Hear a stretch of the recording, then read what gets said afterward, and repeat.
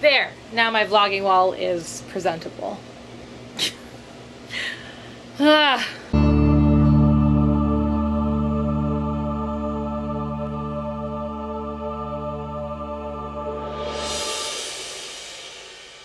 Hey guys, welcome back to my channel. I am Britt, and if you haven't subscribed yet, you probably should because I talk about geeky things. And today I wanted to do another reaction video, to my Draw My Life video that I did a long time ago. And now that a lot of story times are actually out, things that I skirted over in my Draw My Life video, like my trauma at PetSmart, which I was going through at the time. Well, I had left PetSmart at that point, but I was still kind of picking up the pieces. You know, all the stuff that happened at GeekCon, all the stuff that happened with my old friend that lived with me and didn't pay her rent, which is tied to GeekCon, the GeekCon story, or like the first portion of the GeekCon story. Obviously not the entire thing, because that hadn't happened at that point. That all happened in 2017. But there are a lot of things, a lot of stories that I kind of glazed over because I just wasn't ready to talk about them. And now that I've talked about them, I kind of want to react to my Draw My Life story and rewatch it a little bit and just kind of explain some of it. So I thought that'd be a fun thing for us to do today together. So let's head over to my computer and go do that. So here we are at my computer with my Draw My Life up on the video on my screen. That's what I meant to say. Let's get started. Hello everyone, I figured since there were so many of these popping up everywhere on YouTube, I would do one myself. So I was born in Coon Rapids, Minnesota, which is... So there's my full legal name and the date I was born. A northern suburb of a place we Minnesotans refer to as the Twin Cities. So the Twin Cities, if you aren't aware, is Minneapolis, St. Paul. Since they are twin cities means that they are right next to each other. The only thing separating Minneapolis and St. Paul is the Mississippi River. Otherwise, they are right smack dab next to each other. That does not mean the downtowns are right next to each other. The downtowns are actually pretty far apart, but the actual city limits are separated by the Mississippi River. When I was about a year old, I had gotten really super duper sick. If you want this story time, that will be linked right up above here, where I nearly died. But you can hear my mom tell basically the whole story, where obviously I don't remember any of this. This illness with dehydration, and dehydration so bad that I actually died. My gaps in speaking really annoy me. Just gotta say that. When I was 2, my family relocated to Madison, Wisconsin. It's a really terrible drawing of Wisconsin. And my mom ran her own household daycare.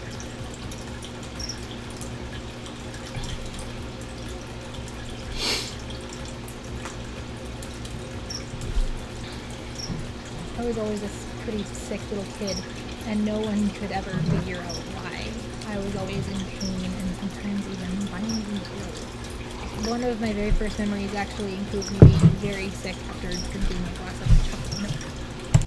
I actually still vividly remember that. It's so weird because we were in Madison, we were in the kitchen. I drank a lot of chocolate milk, and I remember the gallon of milk. I remember my mom pouring it. I remember drinking it from my glass, and then I remember being violently ill afterwards. And somehow I associated that with drinking the milk.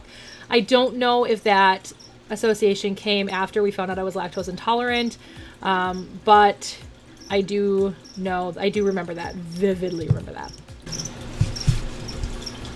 2 more years passed. The company my dad worked for failed. My aunt was Kind of. super duper sick, and my parents ended up buying this little nothing candle shop in central Minnesota. So my family was once again relocated to a little house on a lake in Grizzly Point, Minnesota, just to be closer to my aunt, who eventually lost her battle with cancer.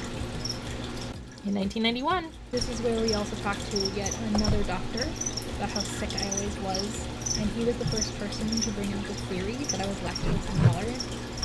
Turns out I was in fact lactose intolerant, and for much of my life I was more in pain my parents had to alter almost everything because of my digestive issue.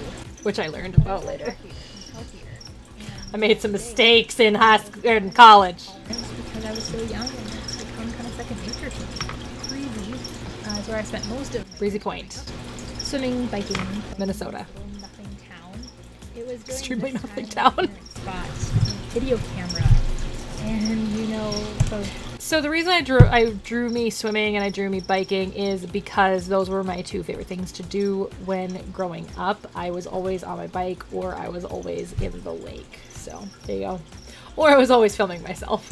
really big shoulder cameras that weighed 20 pounds that you put a VHS tape in and recorded two. It only was 20 pounds, but It became, or I fell in love with it, and it became more of my plaything than my parents' tool for capturing important family moments. I was vlogging before I had internet. accurate statement. It was also when we first got into cable, and I became amazed Apparently by this thing called. Apparently that isn't true. I did mention that to my parents not too long ago. I was like, didn't we not have cable in Madison? My mom was like, no, we had cable. I just don't think I cared about watching it when I was 4. So I started caring about watching it at this point in my life. It could have and probably was looked at as a very unhealthy obsession, but really it was a passion brewing. I just wanted to be part of it. I've known I wanted to do television from a very young age. Soccer and softball, and most importantly, I got into karate thanks to Power Rangers, and I loved karate more than Still do. sport. I mean, I still do. But when I was about 9, I hurt myself really, really badly, and I had to give up so much after I hurt myself. So the belt level that I was at the time when I hurt my back was advanced red, which is why I drew a red belt and then put a black line in there. My back. And 20 years later, I still sometimes have issues with it. As I'm moving around my back because it hurts. After I gave up all my sports, I still ate like I was an athlete and ended up gaining a lot of weight. I didn't help that people weren't ever there about what was healthy and what wasn't back in the mid-90s. Is that Lulu? 9 with this girl named Nikki who would change That's right. my life tremendously. We were best friends and she practically grew up at my house until we both went off to college.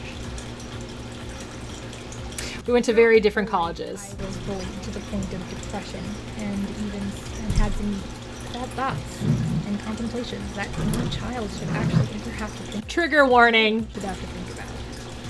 When I was 13, my parents began thinking they split up.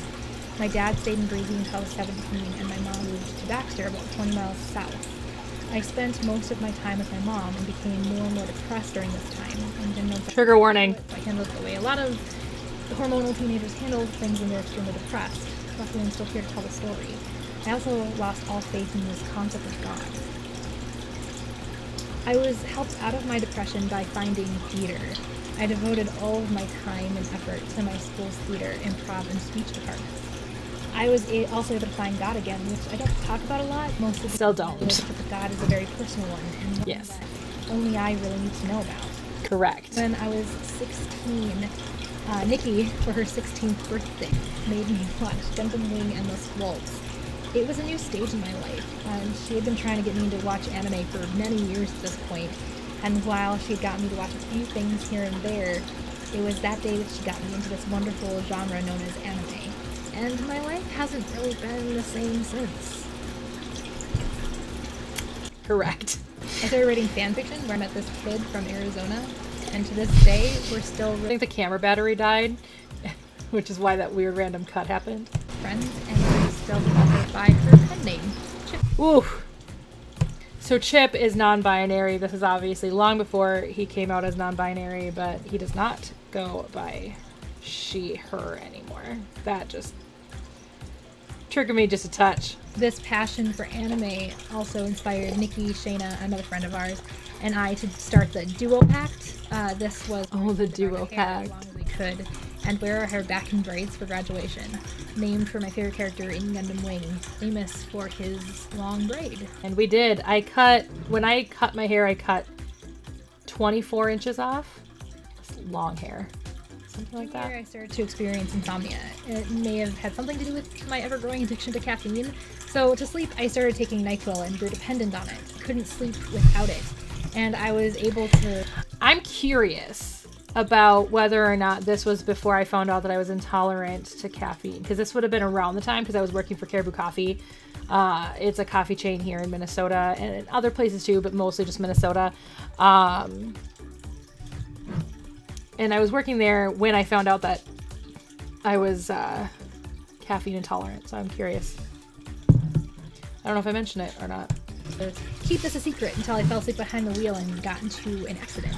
Luckily, it wasn't very serious. No. And I haven't taken NyQuil since, even when I'm sick. That is still true, actually. Condition that makes it nearly impossible to have children, but it didn't really affect me too much considering I was a teenager. It's polycystic ovarian syndrome. My sister found out she had it. She asked her doctor how likely is it that her full-blooded sister would have it, and he said about a 95% chance. We did kind of an initial look at the symptoms and things and how many symptoms I correlated with. I had all of them, pretty much, so that was how we found out. So FYI, I have polycystic ovarian syndrome, which is actually pretty common among women. Major, and even to this day I feel better about adoption anyway. Still true, and even though I don't ever intend of having children. 2005 and chopped off my hair to donate to Lots of Love shortly thereafter. I did, and it was a lot of hair.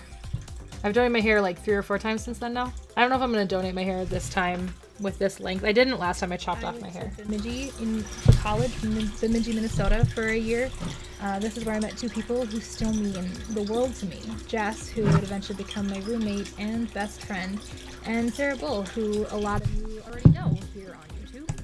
I wouldn't call Jess my best friend anymore. Jess and I are still friends. We haven't hung out a ton in the last, I don't know, 3 or 4 years.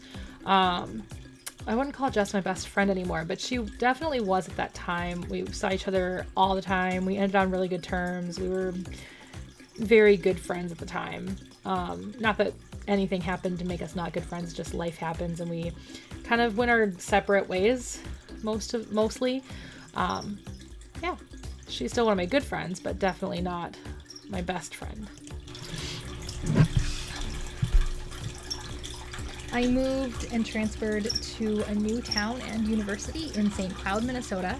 Jess and I moved in for a year, but we split on really good terms after the end of the first lease. Another friend moved in, which turned out to The way I drew her nose. disaster on many fronts. She owed me money and she was not enough. Storytime linked right up at the top here. If you guys want to know about that story, I literally talk about this story that I am like very much quickly recapping. Nice person to me. So we didn't end on very good terms, but We did not. eventually I forgave her, which we'll get to in a while. And then that also did not end on I good stayed terms. in college and learned way more than I could have ever dreamed of learning. I'd always wanted to work in the film and television industry and wanted to be an artist. I also learned my drawing of about Vancouver. this amazing city known as Vancouver, Canada, during my time in St. Cloud, and realized that it was where I was meant to live. I first got the chance to visit there in 2007 and Take a look at the names I wrote down. It was my home.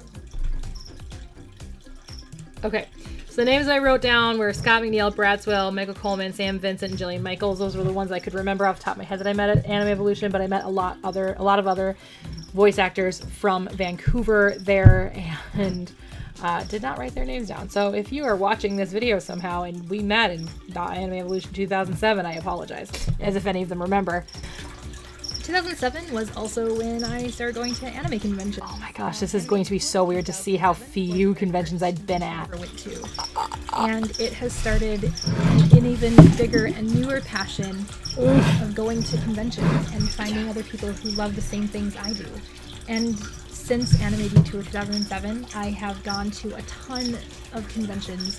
I think 13 I'm at now. 13. I'm over 30 now. And I've met so many. So that's where we're at. So we're at Anime Detour 2007, Icon, Anime Evolution, Detour 2008, ASEN, Anime Detour 2009, Youmacon 2009, Anime Detour. So then I started doing the Anime Detour Youmacon. They actually worked out perfectly because they were 6 months apart, so it just worked out beautifully. And then I added after this, actually, this would have been, because 2013 would have been the first GeekCon that I had gone to. The first one I should have gone to was 2011, but I quit right before, not right before, but pretty decently before the convention. But yeah, so I think I've been to like 30 now, I think. 30, 31, something like that. I'd actually have to do, I would actually have to count. And since this, I guess Anime Fusion was the first time I ever staffed at a convention, so I guess I've already staffed at this point. Amazing people, and I love it. It's something I just adore. My grandfather was also like my dad growing up, and a dear friend of mine both passed away in 2007. Yeah. My parents got back together in 2007. I had a freeloader living with me for a little while. Check out that story time, like I said. So 2007 was a really, really weird year for me. So, what I mean by my first real heartbreak was I was dating a guy and we were in love. We were talking about moving in together. We were making a future, and then he decided to cheat on me. So really my first real heartbreak was that one. But obviously my first time having my heart broken was the story time from when I was in Mexico. But two very different situations. One was unrequited love. The other one was requited love, and then trauma. Spending a year on my own, and I got lonely and depressed again. So Poor I Corvette. started looking at new apartments that would allow me to have a dog.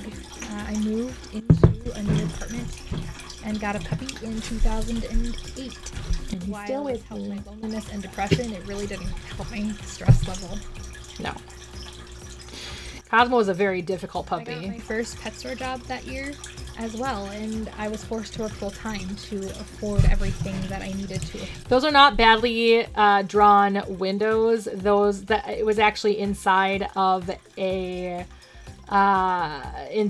mall.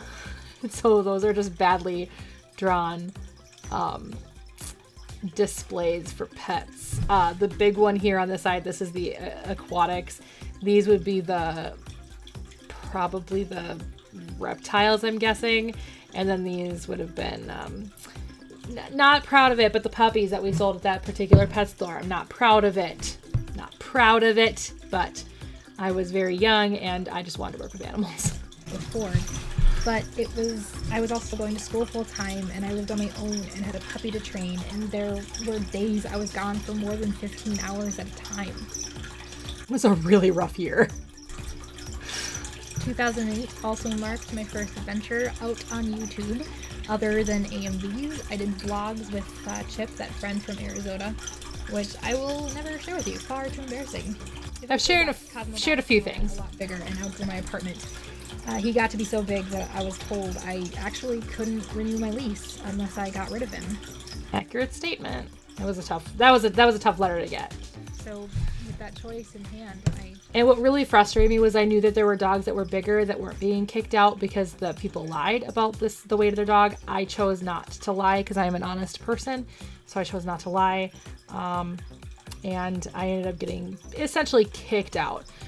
They let me live out the rest of my lease. They did not let me renew unless I renewed without my dog, and I was not going to do that. My parents were like, "Oh, that's fine, we can take him," and I was like, "No, I want my dog," and so that's when I moved in with him. So I decided to choose Cosmo. yeah, I moved down to the southern part of the Twin Cities and moved in to my parents' mother-in-law suite, where I've remained all these years. still. When I first moved down to Bloomington, I tried to make it as an actress in Minneapolis, but I realized that theater isn't an easy career to make happen when you don't know the right people. Incredibly I accurate. spent a year unemployed and felt I probably could do theater actively now if I wanted to, because I do know people now within the theater realm, so I probably could get better auditions and have directors consider me a lot more, or stage managers, whoever it is that's doing the auditions, trust me more with the roles. But at the time it was really difficult. that depression creeping its way back into my life, and I decided to handle it by reaching out on YouTube. I got on my dad's webcam and started making YouTube videos again, and I realized that I really like doing that. So I decided to fill my time making YouTube videos and by making a new video every single day for an entire year. And in all reality, I was trying to feel a sense of accomplishment, which was severely lacking at this point.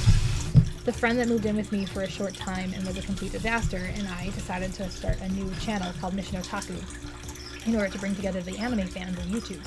Little did we realize 7 Otakus already existed, so through those 2 channels and the vlogs of 7, I met many new friends and found a home here on YouTube. After my year of video making, I went back to doing videos just as often as... So I don't love this part of the video because this is obviously a very difficult thing for me to talk about. I was actually going through this trauma still at this point. I was still experiencing this. I was still dealing with it. And it was really hard for me, but also you can kind of get an idea of a few of the people that really made my life a living hell during that time. The people that I used to consider friends that hurt me beyond words. So if you guys want to see that story time, I'll link that up here. It's tough, but this is one of the reasons why I wanted to do this video, was because I barely touched on it in this, and now that I've told the whole story, I wanted to have this video go back on my channel, mostly just to kind of reiterate what I was going through at this time. I was still going through picking up the pieces of my life. This was after I had taken a very long break from YouTube, because I just couldn't do it anymore. I just couldn't do it anymore because of this situation. Because I had ideas. I had also joined to stay in the industry where I made a lot of enemies, but that doesn't really matter as much because those mine don't matter. I also got to start voice acting via YouTube when I got the opportunity to play Maxine in Super Mecha Madness, which eventually led to me also playing Orla. Yep. I was brought on the story time will be up here too. Wisconsin. Also because of a voice actor I know that the same friend who continued to be a toxin in my life wanted me to meet. That ended up being I said that wrong. A bigger disaster, so I quit that convention. However, the one absolutely wonderful thing that came out of that convention. It's amazing all the things I was going through during this time of my life, because I was going through the PetSmart trauma linked above, I'll link that above later in the video here, or at the end of the video, depending on how many. I'll link it at the end of the video because I don't know how many, I can't remember how many I've already tried to link, so I don't know if it's going to cut me off. But I was going through the PetSmart thing, I was going through the anime community thing, and I was going through this GeekCon thing all at the same time. Like, I was going through so many traumatic things all at once, and it was legitimately one of the worst time periods of my life. Like, I was going through so much, and this person that's making this video right now is still incredibly depressed. I don't know if you can tell from the way I'm talking. I was reading a script, so it's a little harder, obviously, to tell my emotions, but she was going through so much, and she had blamed herself for a lot of things that were not her fault. You know, now I look back at those things and I can own my problematic pieces, but I'm still not gonna take fault for the things I went through. But it's so weird because now all 3 of those videos are public. All 3 of those stories are completely public. What I went through and everything like that is all incredibly public. So this is, it's just weird to like put that into perspective, you know, because when I did each of those videos, I talked about them. And if you paid close attention, you would have noticed that they were roughly all about the same time. The GeekCon thing happened a little bit sooner than the rest of the drama all happened. But essentially it went, GeekCon happened, PetSmart stuff happened, and while the PetSmart stuff was happening, the anime community stuff happened. And so it all happened like basically within a year of each other. And it was like, it was really hard. 2011 and 2012 were some of the worst years of my life. And it's just weird now to think about, now that you've seen all 3 of those videos, theoretically seen all 3 of those videos, and now you're watching this again with me. It's just weird to think how quickly all of these things happened. All 3 of these very traumatic events in my life happened. And that's that. I mean, that is quite literally where we're at. Like, it's weird. And now if this is what you're watching and you haven't seen those yet, go back and watch those 3 videos and understand that they're basically all happening at the exact same time. With my friendship with Sorry. We've remained friends after that experience. Hashtag I hate Sorry. And she, who should not be named, was out of the picture of that convention. I rejoined staff and can't wait for August, where I actually get to be at that convention. So, I actually had a pretty decent panic attack the morning of when I left for GeekCon that very first time. I actually had a panic attack. I cried basically all the way from, I would say, from the Dells to Madison. It's about a 45-minute drive. I cried pretty much that entire way because I was so nervous. I was so upset. I was so scared because of the trauma that I had experienced. And now that and also the fact that I experienced the anime community trauma and the PetSmart trauma. It's just, oh my goodness. It's just so much. It was so much, you guys, so much happening. And so basically I had a panic attack the morning of leaving for GeekCon that very first time. I calmed down enough to drive, and then I cried for about 45 minutes on the way there. I also officially said goodbye to that so-called friend. Yes, and we've not been friends since. 2010, I got a job at PetSmart, which I loved for about 6 months. Drama happened, and that depression creeped its way back into my life. Story time. After about 2 years of fighting for a job that was never really worth it, I decided to find a job that wasn't only worth fighting for, but that I didn't really have to fight for. Why should I? I also decided to find a production company. The Secret Project. Sorry, and I need to work on that again because I still have faith in that project, but life got in the way, and then she and I it just kind of got shelved, and she and I just stopped talking about it. But man, I want to do that Secret Project. I really, really do. I'm still not going to say what it is. It's a lot more fun that way. And work on some new ideas to make my life happen for me. Drawing Vancouver again. These new steps in life after I visited Vancouver for the first time in 5 years. I got to see Gabe. things and meet some new people and got a whole new lease on life. I realized that I deserved happiness. Both times I've been to Vancouver, I was in a really bad place. But Vancouver lightened the load. So the reason why I was in a bad place the first time I went to Vancouver was actually because it was literally right after my boyfriend had cheated on me. So the day before I left is when I found out he cheated on me. And then I went to Vancouver and I went to a convention and I was incredibly depressed at the convention. So I was in a really bad place, but I felt really good afterwards. And then going to Vancouver the second time in 2012 was because I was going through all of the PetSmart stuff at that time. I had already gone through all the GeekCon stuff, and I was going through the PetSmart stuff, and the anime community stuff was just starting to happen. So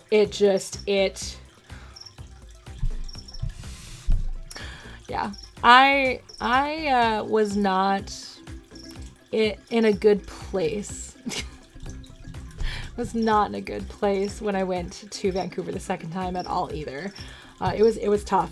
It was really hard. I'm not going to say the things that I've said privately to some people because I don't want to put that out on the internet, but there were thoughts in my head that I should not have had. That's what we'll say. So go back to my Vancouver videos and understand that I am incredibly depressed. I may never be fully over my depression, but one thing is for sure. I will always find a way back to happiness. And no matter what you deal with in life, so can you. I have friends and family, and I have a future, and those things are the greatest support group anyone could ever ask for. So this is kind of a tag, so I'm going to actually take... Who do I tag? I'm going to tag Dylan and Dylan, Sarah, Kay, Kay, Mike, and Kyle Chan. And if oh, anyone Mike. else would like to, if anyone does, make it a video response. So Mike is actually somebody that I've known since my freshman year of college. We were both in a Big Brother fan community and on what was at the time TV Tome and then became TV.com. And we hosted, like, we would be part of like digital versions of Big Brother. So there's that. He and I are still actually somewhat friends. We haven't really talked a lot in the last however many years, but so there you guys have it. I'm not going to watch the rest of it because obviously the rest of it is just the end of this particular video. We're done with the drawing portion, so there you go. But yeah, so that was my Draw My Life. So like I said, I mean, this was mostly just me wanting to do it because all of the big traumas that I was going through right before this had just become public finally. So I thought it'd be a really cool kind of way to tie up those 3 stories, plus other stories, obviously, tie those 3 stories up by just posting this again and essentially and talking about it from the position that I am now as somebody who is this was 2013, so 7 years older, 7 years disconnected from that trauma, and just wanting to like kind of move on from it, I guess is the best way to put it.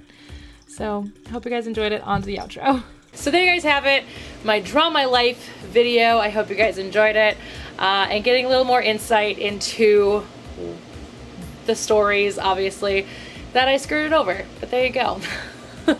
If you guys want to see the entire Draw My Life video on its own, you guys can click right here. Otherwise, if you want to see me react to my very first Power Rangers videos, you guys can click right here. You guys can click here to subscribe. Please do hit the bell for notifications so you don't miss any of my videos. Like this video, comment down below. And if you're going to comment something, just comment something that you found interesting about this video after having seen my other story times about some of these stories. And I'll see you guys all next time. Bye.